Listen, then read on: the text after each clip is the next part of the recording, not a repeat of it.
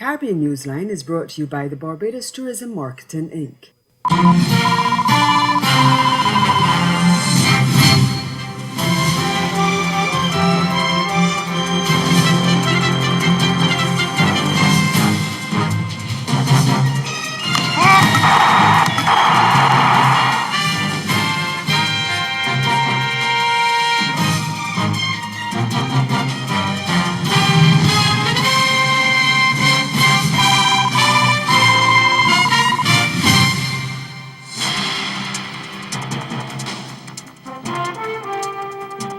Some CARICOM support for the embattled Nicolas Maduro administration.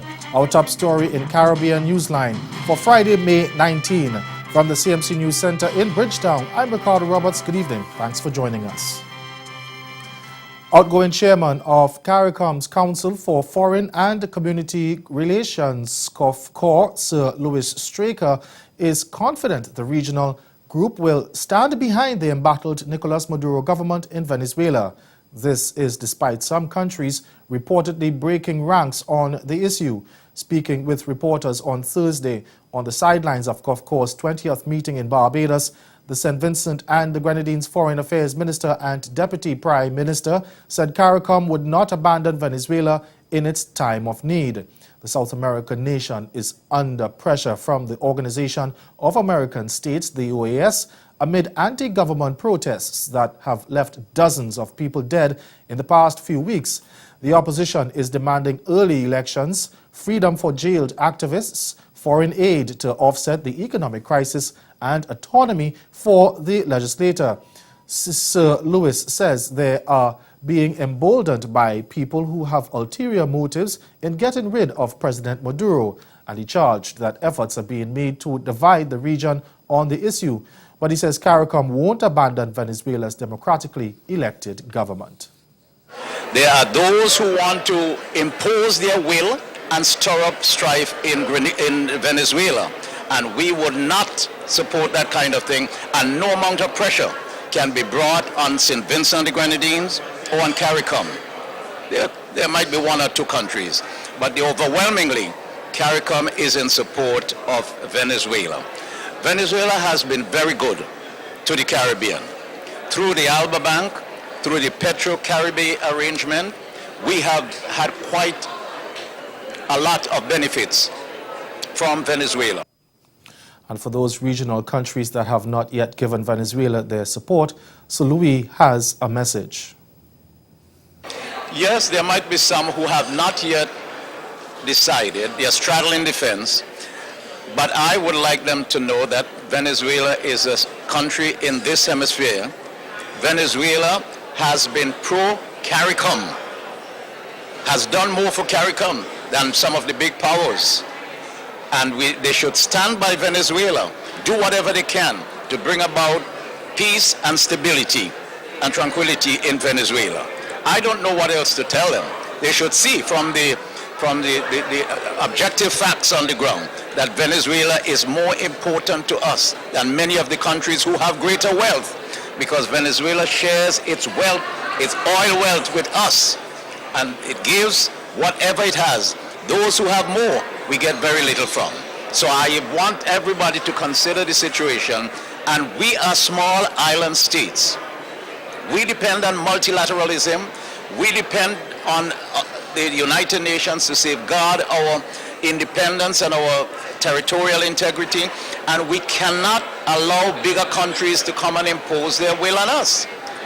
It is much to our detriment if we allow ourselves to be manipulated into a situation where we side with the bigger powers who are stirring up things in Venezuela and want regime change. We should not go that way. Meantime, in a statement issued on Friday, COFCOR said the ministers gathered in Bridgetown discussed the Venezuela situation and were united in their view that respect for the rule of law, respect for human rights and democracy, as well as to the fundamental principles of non-intervention and non-interference in the internal affairs of states would prove valuable in addressing the concerns there. It said the solution to the current situation must be sought internally and be supported by a mediated process. The minister said deeply entrenched positions need to be softened so that trust can be built on both sides to facilitate dialogue so that the people of Venezuela can peacefully overcome their crisis. They also decried the violence taking place in Venezuela and deplored the loss of life and property. Meantime, Antigua and Barbuda's ambassador to the OAS, Sir Ronald Saunders, is blasting the organization. The regional diplomat says the organization has lost its credibility as a multilateral institution capable of contributing to a resolution of the growing conflict in Venezuela. Sir Ronald says the hostile behavior of OAS Secretary General Luis Almagro toward the leadership in Venezuela and the strong position adopted by a small, powerful group of member countries is the reason for that loss of credibility. His comments follow a recent statement issued by Almagro calling for an end to the protests in Venezuela and the holding of early general elections. Sir Ronald says, despite the caution by other member states, the small group of countries continue to issue statements that lack balance and have inevitably alienated the government of Venezuela whose involvement in a resolution is vital. He insists Almagro's task in the conflict is to douse the fires of conflicts, not to fan the flames with his own personal feelings, adding that Almagro has deprived the organization of a chance to play a pivotal role in mediating the crisis. Sir Ronald is now calling on the representatives of OAS member states to dissociate themselves from Almagro's remarks and remind them of his role as Secretary General. Article 118 of the OAS Charter states that in the performance of his duties, the Secretary General shall refrain from any action that may be incompatible with his position as an international officer responsible only to the organization. Al Jazeera has aired a documentary identifying Trinidad and Tobago as the nation with the highest recruitment rates of ISIS fighters in the Western Hemisphere. But government has lashed back, saying the documentary is highly inaccurate and an insult to the people of the Twin Island Republic. CNC3's Uvashi Tawari Rupnarayan has that story. In a half-hour documentary entitled Caribbean to Caliphate and aired worldwide, journalist Juliana Rufus tries to establish TNT's links with the Islamic State.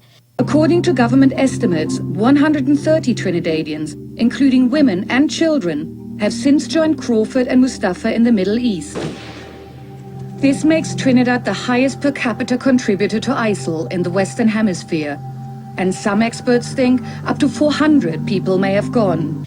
But Attorney General Faris Al-Rawi is disputing these figures on which the reporter bases the highest per capita recruitment. He says travel to the Middle East does not imply ISIS links. I think that that's a pure fabrication on her part. I mean, if she had the kind of evidence that she's speaking about, surely she would have named who the government person who said that was. And I can tell you that there is almost a 2-hour interview recorded between that reporter and me, and you will note that not even a scintilla of it came forward. And the AG is not at all impressed and thinks the government's perspective on terrorism via his 2-hour-long interview with this journalist was intentionally omitted. It's clear that the reporter came armed with a story already written and just simply backfilled with imagery, alleging things which are so far off from having certain facts stand behind the allegations made by the reporter. I really think it's a very poor example of journalism, and it really was completely lacking in balance and content. The documentary features excerpts of interviews with Imam Yassin Abu Bakr, Umar Abdullah, head of the Islamic Front, the unruly ISIS, and the Booz Mosque of Rio Claro. It tries to show 2 TNT ISIS fighters, Shane Crawford and Farid Mustafa's journey to ISIS. The production also appears to discuss the details of crimes allegedly committed in this country. And this is the corner where Fareed Mustafa and Shane Crawford carried out their killing. It's a spot well known for trouble. They jumped out of their car in broad daylight and shot dead their two victims. Although we attempted, we could not verify with police whether they too are in possession of information that the murders were in fact carried out by Crawford and Mustafa. And in spite of omitting the government's position on terrorism, Al Jazeera ended with this bit of advice. The government may try to stop fighters from coming back, but issues at home still need to be addressed. I think that this is a slap in the face by the Al Jazeera program, which is obviously a very biased and clearly premeditated production. Floods caused tragedy in Haiti. The details of that story when we return. The Sajiko K-Field School of Business and Management invites you to attend Navigating a Path to Growth, a risk and competitive intelligence conference at Hilton Barbados Resort on June 26th and 27th, 2017. Speakers include Global Strategy and Risk expert Dr. Andrea Schotter, Regional PwC Risk Assurance Leader Bruce Scott, Miss Lisa Padmore, Dr. Delisle Worrell, Mr. Ian D'Souza, Professor Patrick Hossain, Professor Gillian Marcel, and many others. For more information, call 246-424-7731 or visit www.uwichsb.org. Secure your space today.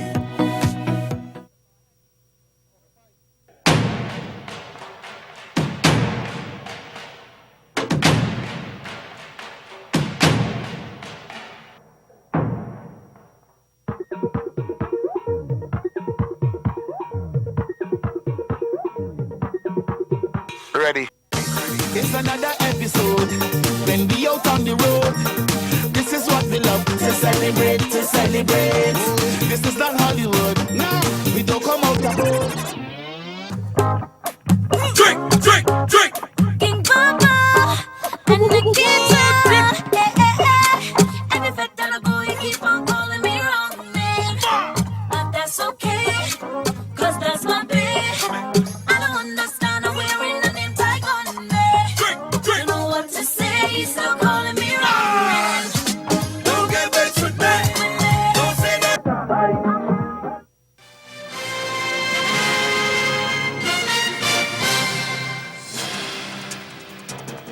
5 people were killed and at least 19 are missing following heavy rains that battered sections of Haiti earlier this week. Officials in the Department of Civil Protection on Thursday reported that a 17-year-old girl and a 24-year-old woman died in Port-de-Paix in the northwest of the country while attempting to cross raging waters. Elsewhere, a 49-year-old man, a woman and a child were all killed when they also tried to make it across flood waters.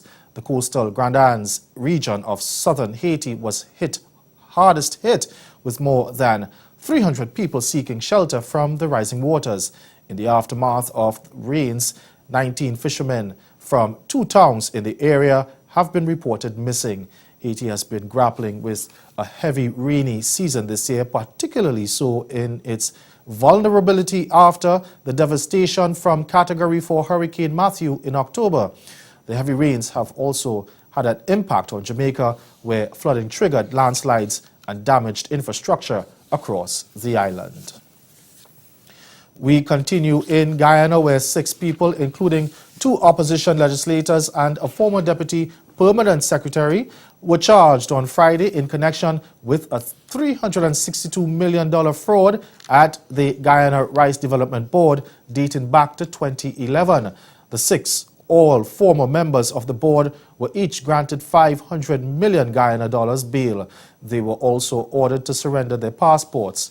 Appearing at the Georgetown Magistrates Court were People's Progressive Party members of Parliament, that's Dharam Kumar Siraj and Nigel Dharamlal, along with the Rice Board head Ricky Ramraj, former General Manager Jagnarayan Singh, former board member Badri Prasad, and former Minister of Agriculture, Deputy Permanent Secretary Prema Rupnarayan. They were not required to plea. The Special Organized Crime Unit, SOCU, brought the charges against them following investigations over the last year that were prompted by the findings of a forensic audit.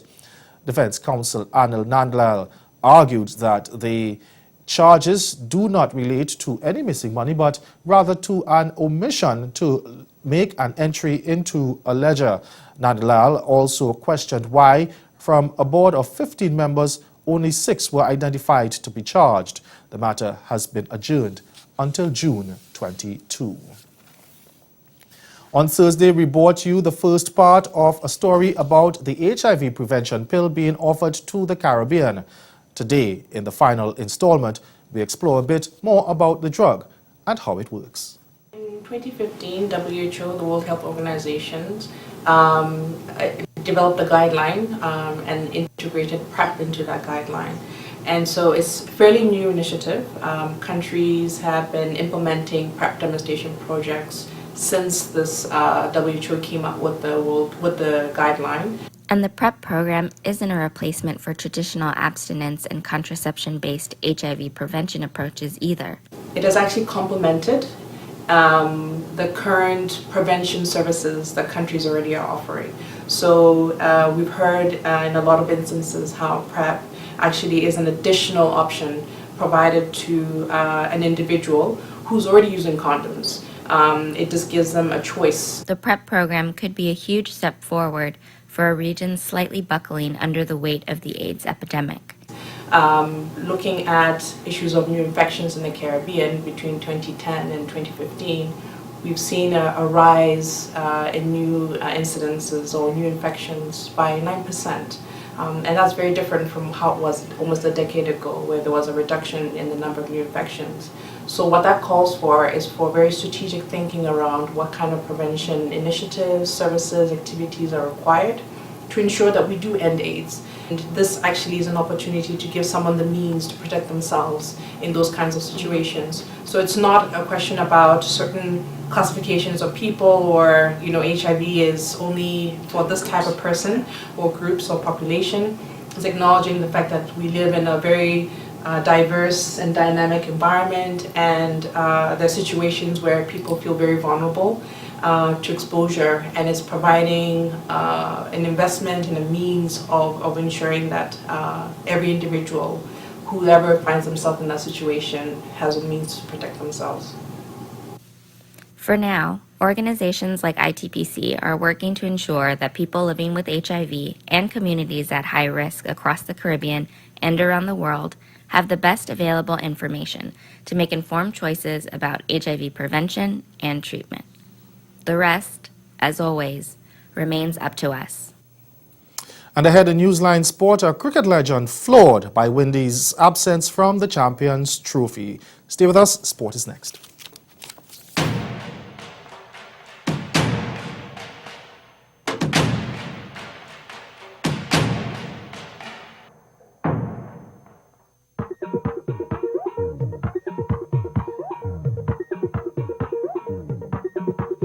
Ready. It's another episode.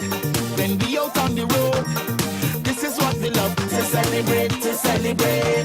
This is not Hollywood. No, we don't come out the road. Drink, drink, drink.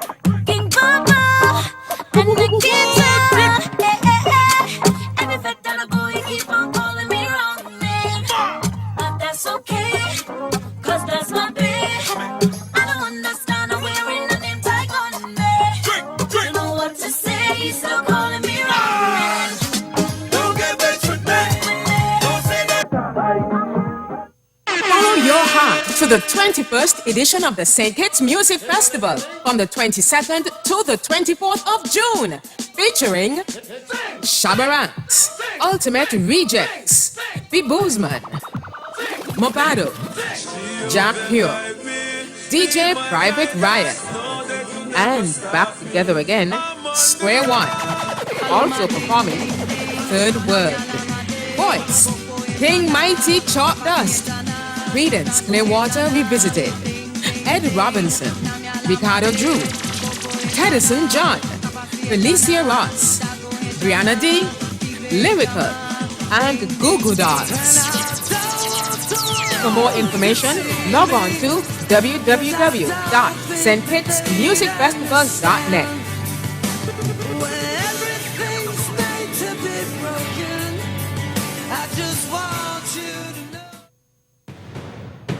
Chatting CARICOM, a 4-part series on the status of the regional integration process. Your chance to get answers. We as a small island, how do we factor into that bigger picture? Why is the process taking so long? While there is liberty to move among the islands, you still have some level of restriction. Chatting CARICOM also gives you updates on recent CARICOM projects. We're seeking more and more to engage all our partners in moving forward for the development of our region.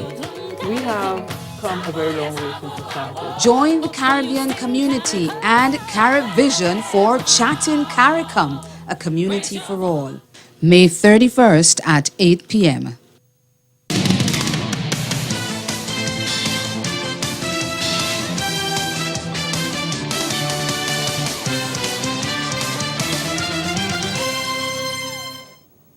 Legendary Indian all-rounder Kapil Dev says authorities should reconsider the rules of qualification for the ICC Champions Trophy. The former Indian captain and world record-breaking fast bowler was astonished that the Windies will not be part of the tournament, which takes place from June 1 to 18 in England and Wales. For the 8th edition of the tournament, the top 8 teams in the ICC ODI rankings on September 30, 2015 qualified for the tournament. Now, the Caribbean side finished outside the top 8 in 9th position, missing out on the tournament for the first time. Dev said, quote, "It's very hard to believe that West Indies will not be at the tournament. I always follow West Indies cricket very closely because that was the best team in our time. Now, if the West Indies team has declined in 20 or 30 years, we can say that the other teams have come up. It's sad to see the West Indies decline from where it was. There is no shortage of talent, though. The West Indies winning the T20 World Cup last year in Kolkata was fantastic." They've continued by saying that when someone makes a rule, they don't think of things like whether this or that team will qualify. I, as a cricketer, lover of the game, think that the West Indies should be there all the time. But again, I don't write the rules. End quote. Still in cricket now, Ransford Beaton has been named as the only newcomer in a West Indies 13-member squad for the upcoming 3 T20 internationals against Afghanistan. That was announced by the WICB in a press release on Friday. Chairman of selectors Courtney Brown believes Beaton has shown some potential in the T20 format of the game, saying that he can bowl with sustained pace in T20 cricket.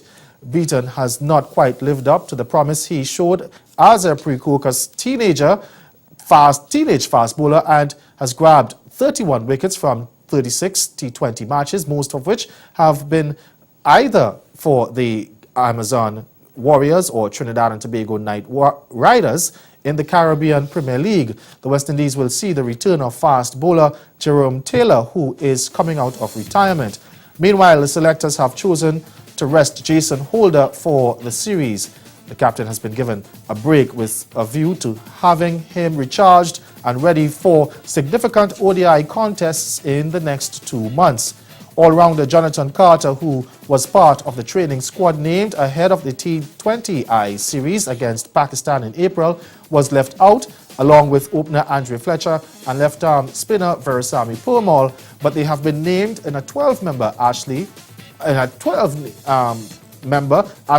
Nurse-led WICB President's 11 squad that will play a warm-up match against the Afghans before the start of the T20I series.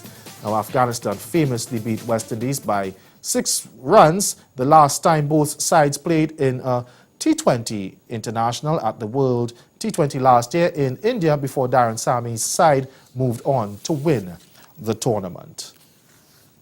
TNT Pro League side San Juan Jablote and Cibao FC of the Dominican Republic will contest the final on Sunday at the Hazley Crawford Stadium, with the winner booking a place in the 2018 CONCACAF Champions League.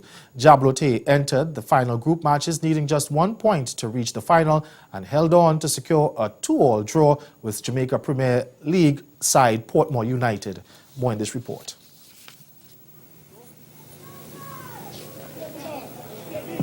And San Juan Jablote have a 1-0 lead here. And it's Reed who scored. The former Portmore player has put his new team, San Juan Jablote, ahead 1-0 in the 34th minute. This one's played short. Portmore were not alive to the situation. Into the center and headed home. 2-0. And Mills has put San Juan Jablote further into the lead. And an easy header. And Portmore United torn apart here in the 41st minute. Lynch, that's a great pass. There could be a chance on here. This could be the goal they wanted. And they're back in it, Portmore United, and Lynch has put it away. It is 2-1 in the 85th minute. Portmore United, can they get the equalizer? They certainly have a chance here with Price. And there it is, the equalizer for Portmore United. 2 goals in 2 minutes. And just as we saw with Cibao FC. In news of netball, 7 newcomers have been included in a 15-member Sunshine Girls squad that will face Barbados in a 3-match series in Kingston.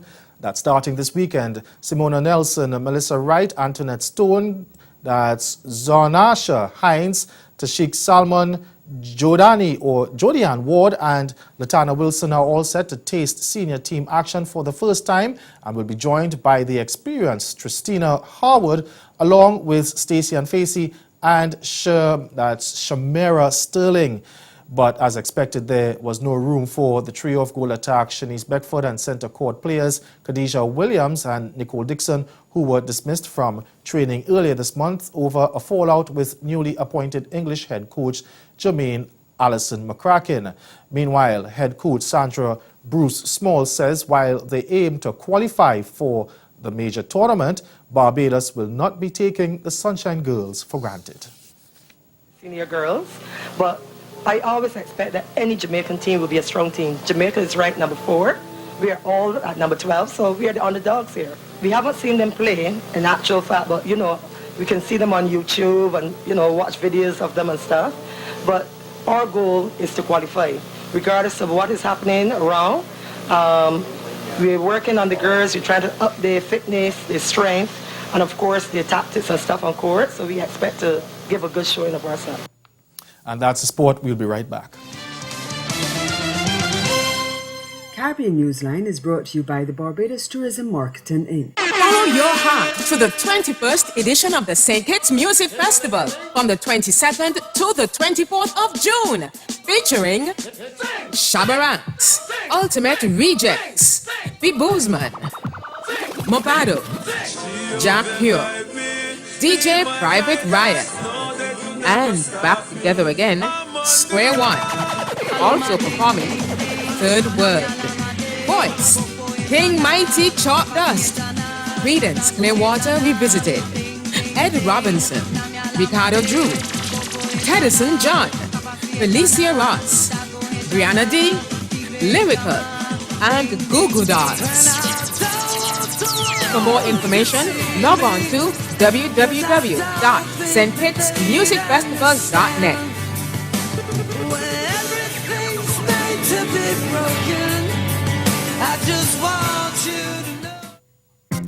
Grow your business or promote your event through the services offered by the Caribbean Media Corporation and Carib Vision. Our distribution provides a platform on cable, terrestrial television, and websites. We cover carnivals and events from across the region. We can bring your event live and alive to the world. For music makers, program producers, businesses, we can expand your reach to in excess of 2 million households daily. Our other services include news updates to enhance your media products, studio space for program and development. We can facilitate the launch of new products and services and training. Contact us and we will help you unleash your creative ability, develop products and services, and provide the medium to watch them grow. Contact Loretta Skeet at cmccaribbean.com or call her 1-246-467-1044 or 1-246-467-1044. 253-3889. Call and book your carnival or event. Recapping tonight's major news headlines, outgoing chairman of CARICOM's Council for Foreign and Community Relations, Sir Louis Straker, confident the regional group will stand behind the embattled Nicolas Maduro's government. Good night.